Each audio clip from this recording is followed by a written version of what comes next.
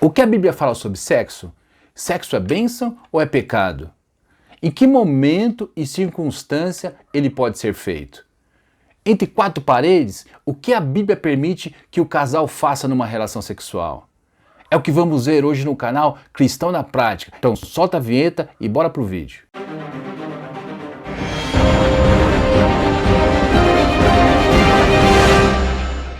E aí pessoal, professor Landim aqui.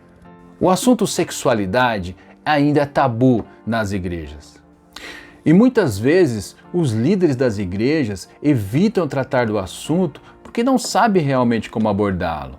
E por amor aos seus membros, acabam tratando o assunto superficialmente. E se você é pastor, líder de uma igreja e está com dificuldade de lidar com o assunto, esse vídeo pode servir muito para você. Mas o assunto é principalmente para você que é casado ou pretende se casar em breve. Acreditamos que esse assunto é de suma importância e muitas vezes não é tratado no meio dos cristãos pelos diversos motivos que já falamos. Mas o sexo tem sido motivo de brigas, insatisfações e até levando o casal ao divórcio. Vale lembrar que o conteúdo aqui no canal é sempre respaldado em princípios bíblicos e, se possível, fundamentado em argumentos científicos. Então, se você não é cristão e tem um posicionamento diferente daqueles que serão tratados aqui em relação ao sexo, fique em paz. Não estamos aqui para contrariá-lo, para dizer se você está certo ou errado, sobre o que você pensa sobre o sexo. Este assunto é direcionado à comunidade cristã e por isso é fundamentado na palavra de Deus. Agora, fique à vontade, quem sabe esse conteúdo sirva para você, ou pelo menos você comece a enxergar os cristãos com outros olhos. Antes de mais nada, vamos pontuar algo aqui. Falar de sexo é tratar algo muito íntimo da vida de um casal. Então, se você já tem uma opinião formada sobre o assunto, você já tem clareza e como casal vocês já estão satisfeitos, fique tranquilo. Como já dissemos anteriormente, queremos ajudar aqueles que realmente estão precisando, porque como já dissemos, estão com alguma insatisfação ou coisa do tipo. Podemos começar com o seguinte questionamento.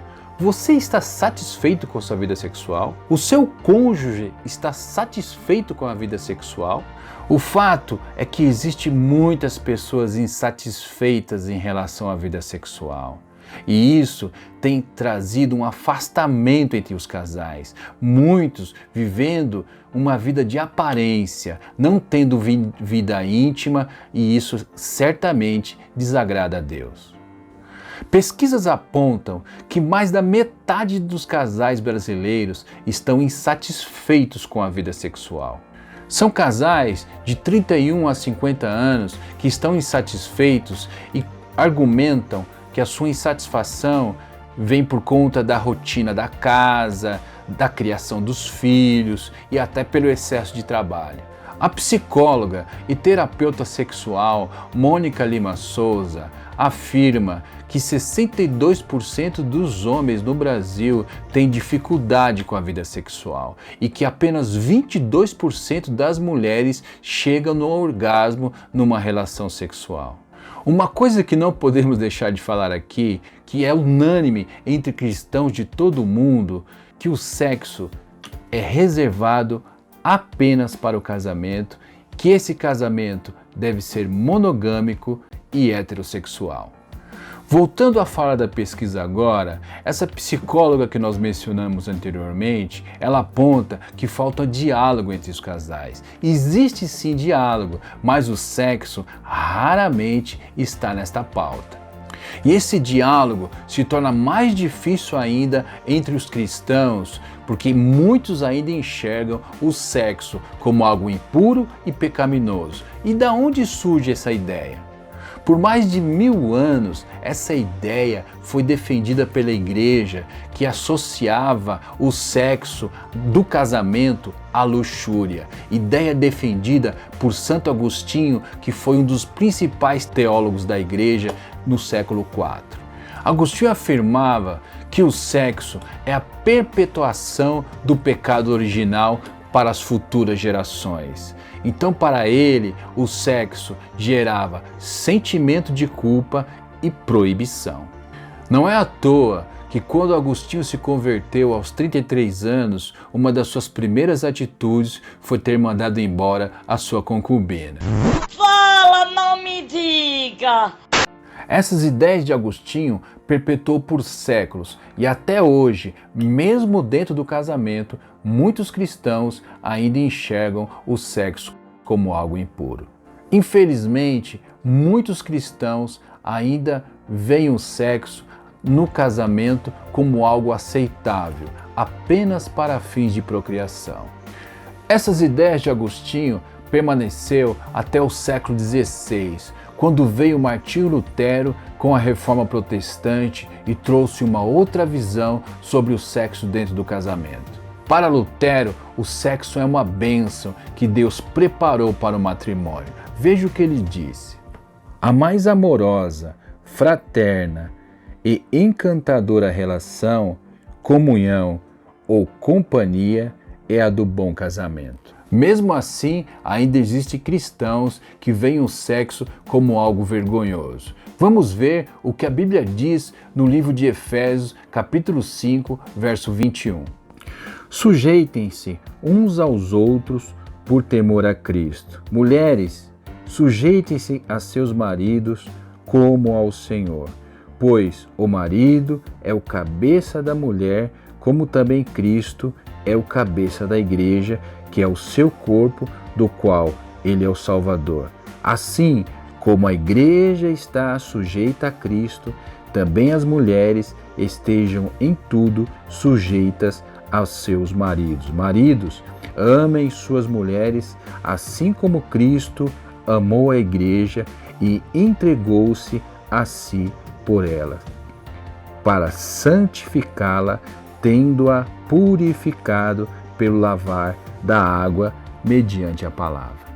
O apóstolo Paulo, nesse texto, faz uma clara analogia entre a relação de um homem ou uma mulher e Cristo e a igreja. Isto demonstra a santidade e a pureza que existe no casamento.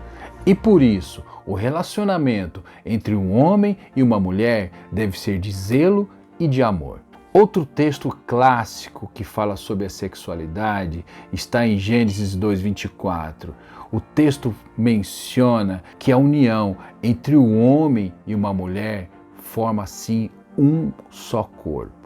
Desta forma, entendemos aqui que a relação entre o homem e uma mulher não é apenas a união de dois corpos, como fosse duas pecinhas de Lego.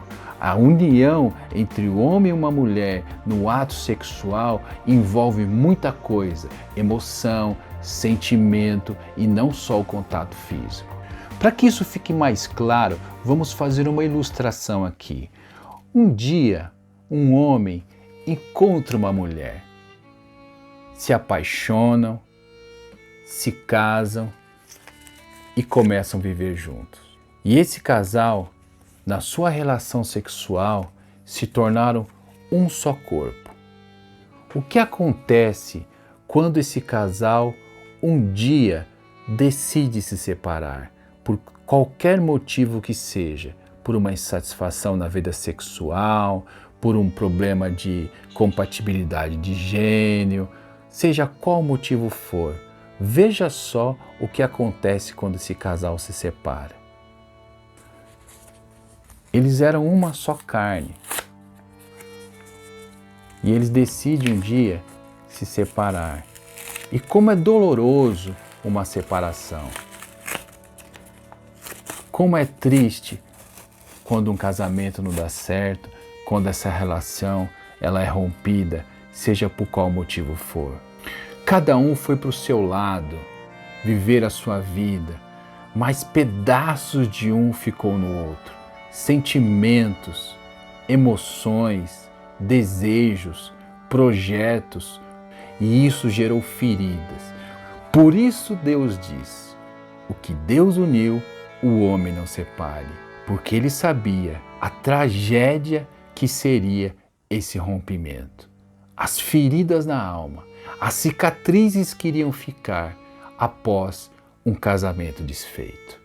Vou trazer um outro exemplo para vocês que eu presenciei quando eu morava no Rio Grande do Sul. Conheci um rapaz e acompanhei ele por muito tempo. Levei ele ao batismo, logo depois de sua conversão, e ele tinha uma vida sexual ativa antes de se converter. O problema é que essa vida ativa sexual não era com a sua esposa, ele era um frequentador de prostíbulos. Mas enfim, ele se converteu e acreditávamos que ele estava curado. Um belo dia ele saiu da igreja e eu nunca mais o vi. Estava eu congregando na igreja, continuei indo aos cultos, de repente, não mais que de repente, ele apareceu e estava triste, chateado, e me chamou assim que o culto terminou. E ele me disse: Sérgio, estou muito triste. E eu perguntei: por que você está triste? Ah, você não vai nem acreditar. Eu voltei ao pecado anterior. Eu fui para o prostíbulo. Eu disse: nossa, poxa vida. Bom, mas se você está triste, é porque você está arrependido, né? Então, continua firme com o Senhor, volta para os caminhos dele e vamos continuar nessa vida abençoada, porque Deus tem muita coisa para você. Essas palavras dei a ele, o incentivei, mas a tristeza dele vinha além disso. Olha só o que ele me disse. Então, ele me chamava de pastor. Então, pastor Sérgio, o que aconteceu? Eu fui no prostíbulo e eu me deitei com uma prostituta. Mas no final do ato sexual, ela sentou na beirada da cama e começou a chorar. E disse para mim: eu nunca senti isso, eu senti algo diferente, eu nunca senti repugnância pelo ato. E ele chegou à conclusão que isso nunca tinha acontecido com ele. E essa repugnância que aquela prostituta estava sentindo, aquela insatisfação e desejo de deixar aquela vida, foi exatamente porque ela tinha acabado de se deitar com alguém que tinha se batizado e estava entrando nos caminhos do Senhor. Foi aí que eu entendi naquele momento que a relação sexual não envolve apenas dois corpos físicos, envolve sentimento, emoções e principalmente envolve o espiritual. Então, meu irmão, minha irmã, leve a sério o assunto sexo no casamento. Sexo deve ser tratado com amor, com carinho e com pureza. Agora ele deve ser feito com qualidade entre duas pessoas que realmente se amam. Mas você ainda deve estar se perguntando: se Deus abençoa o casamento e o casamento, mais precisamente a relação sexual, tem um envolvimento tão sério entre dois corpos, que envolve emoções, sentimentos e até o espiritual, por que então as pessoas se separam e deixam de se amar? Mas antes de responder essa pergunta, se inscreve no canal, acione o sininho das notificações para que você seja comunicado pelo YouTube quando te subir vídeo aí toda semana. Também deixe o seu comentário aí sobre o que você está achando dos nossos vídeos, nos abençoa e não se esquece de nos seguir lá no Instagram. Ah, ficou ruim, mano. E também não se esquece de nos seguir lá no Instagram, porque todo dia tem um vídeo novo para você, @Cristão na Prática. Vamos continuar nosso vídeo aí. Então, como é que era a pergunta? A pergunta era: por que as pessoas se separam se o casamento é selado por Deus e tem tanto envolvimento entre dois corpos, espiritual, físico, emocional? Porque não houve investimento. É que o assunto casamento sempre ficou para o segundo plano. Primeiro se pensou na carreira, no trabalho, na criação dos filhos, e o casamento foi deixando para lá. O assunto sexo, então, mal foi abordado no casamento. Na verdade, o sexo aqui perdeu toda a sua razão de ser, porque ele só é satisfatório dentro de um casamento feliz. Porque o sexo é a celebração da felicidade. Vamos associar aqui o casamento à reforma da casa. Se a sua casa está com uma goteira, você vai deixando para lá. Está com um ferrugem numa porta, você vai deixando para lá. Vai tendo pequenos reparos para fazer e você vai deixando para lá. E você não faz nenhum investimento, não se dedica, não há um esforço, não há um investimento financeiro, não se dedica tempo a isso. Até que chega o momento que aquela casa vai se tornando inabitável. Assim é o casamento. Se não houver investimento de qualidade, esforço, tempo e investimento, certamente o casamento vai por água abaixo. Casamento é assim, se você não dedicar tempo ao seu cônjuge, certamente vai ser difícil manter ele de pé. Em diversos casamentos, os casais não convivem juntos, não comem juntos, não passeiam juntos e em muitos casos já acontece que eles nem dormem mais juntos. Na verdade, só vivem debaixo do mesmo teto, mas vida conjugal não tem nenhuma. Todo casal deveria entender que sexo de qualidade só funciona em um casamento saudável. Porque, como já dissemos, o sexo nada mais é do que um ato de celebração entre duas pessoas que se amam e se dedicam uma à outra. E sexo entre um casal que não se ama é mecânico e frustrante. E neste caso, ao invés de gerar prazer, gera tristeza. Como dissemos anteriormente, o casamento precisa ter uma constante manutenção. Marque um jantar com a sua esposa. Nesse jantar, comece orando e pedindo que Deus abençoe aquela conversa. Nessa conversa, dê a chance a ela de falar das suas frustrações e das suas insatisfações em relação ao casamento. Após ela desabafar e falar de todas as suas frustrações, peça a sobremesa. Também peça permissão a ela para marcar uma data para um outro jantar. Termine orando, encerre o jantar e no próximo encontro, aí sim você fale das suas insatisfações. E nesse período você vai orar, pedir que Deus te dê graça. Não esqueça, você é o cabeça, você é responsável pela manutenção do seu casamento. Então nesse período ore, peça graça a Deus antes de chegar a data do novo jantar. Crie esse hábito de jantar a sós com a sua esposa e permaneça conversando sempre com ela. Isso é muito bom e muito saudável. E se você tiver alguma dúvida de como proceder, busque ajuda no seu conselheiro conjugal, no seu pastor, porque certamente será bênção para a sua vida. Agora vamos falar especificamente sobre sexo e de como deve ser a vida sexual de um casal cristão. Bem, como dissemos anteriormente, amor e sexo devem andar juntos no casamento. O homem geralmente é afoito no sexo e naturalmente se satisfaz mais rapidamente do que a mulher.